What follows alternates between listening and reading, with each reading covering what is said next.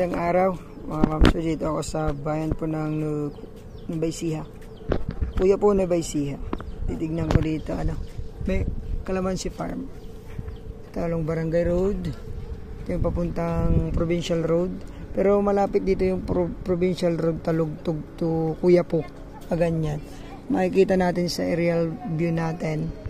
Malapit lang siya, siguro sabihin na natin 2 kilometro or less pa yung Talugtog to Nueva Ecija. So sa Nueva Ecija naman, Nueva Ecija to Pangasinan, mga 11 kilometers po na layo, pero 5 to 6 meters maluwang siya. Ayan, tingnan mo natin sa loob. Mga 6 to 8 months yung mangga. Nakabakod siya. Tubo, so matibay. Yeah. Tapos cyclone wire. Ito may kubo. Tapos mayroon na rin kusina. Ayan. So pakita natin sa likod, mayroon na rin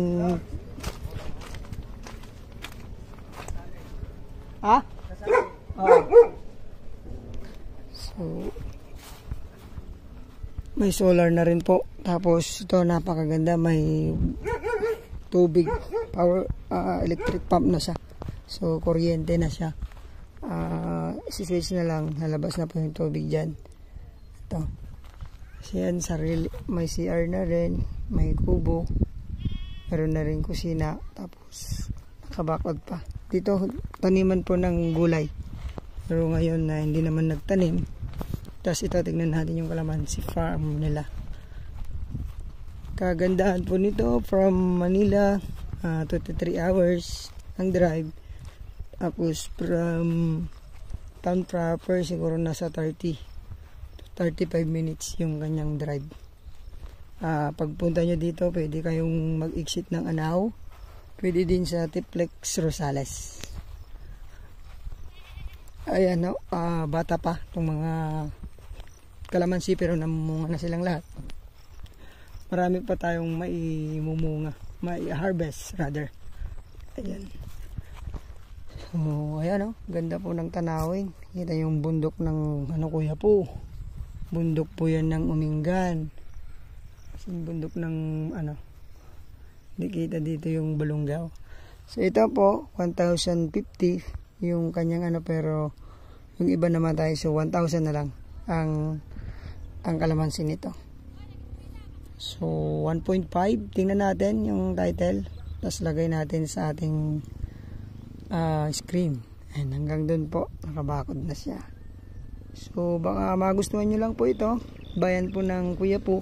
O kung all in hanggang transfer, lagay ko po sa aking description box mga ma'am sir.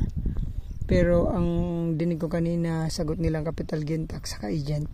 Pero yung all in tatanungin ko po, baka sakaling sagutin nila. Ayun po, sana magustuhan nyo to. Pwede pang magdagdag po doon, may isang fish pan doon na maliit, nanggagalingan din ng patubig.